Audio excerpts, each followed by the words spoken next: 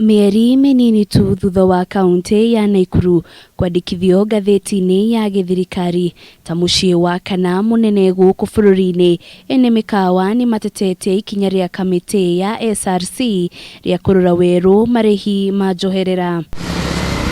Kuringana na marihi meru tauni ya Naikuru igitwo gikiro kimwe na tauni cia Mombasa, Kisumu na tauni ya Nairobi, nayo tauni ya Naivasha ikigwo gikiro-ini gia thi, undu uria urarakite ene mikawa kuna Naivasha nikoragwo na gicunji kia 80% mikawa-ini kaunti-ini no. What are we doing to the investment here in Naivasha is we are killing the investment. Naivasha, Gilgil and Nakuru are joined at the hip.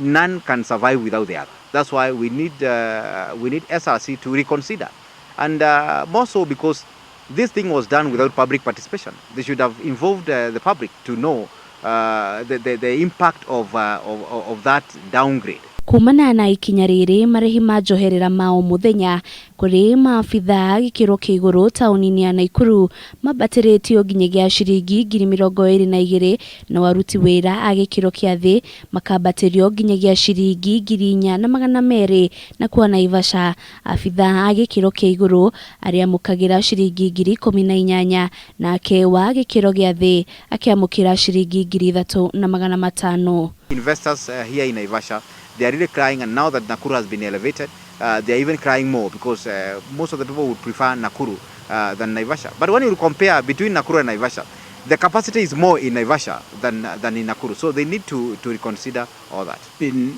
waiting, we've sent letters, we've done appeals to see whether this will be reversed, and it has not happened. So today we had our meeting, and we believe that the decision that was taken by SRC in 2017 has affected Naivasha, and it continues to affect Naivasha. Kuringana na muikariri giti wa ruhonge rwa ugendi mwena wa Naivasha Kimani Gitau, ikinya riri riri na muthutukanio munene kuna Naivasha ni tigitwo nja ona thengia wayo gukorwo ari ya keri ari kuhariria igomano cia biashara thutha wa tauni ya Mombasa. In Naivasha, especially the tourism and hospitality investment happened in a span of 10 years. From 2008 when Naivasha was elevated to 2018.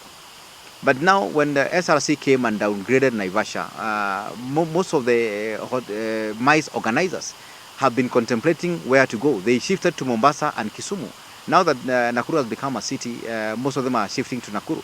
Mierio yake ni nyitetwo baru ni muikariri giti wa ngwataniro ya ugendi kaunti-ini ya Naikuru David Mwangi uria uritie Governor Lee Kinyanjui aigirire niguo nao magunike. This was just a mistake.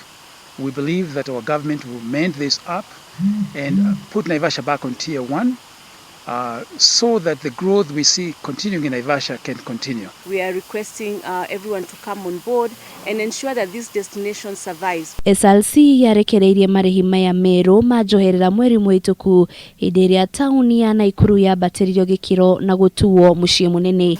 Bwana Maria. Giribotera Kameme TV, Riturakano wa Jiro wa Foro.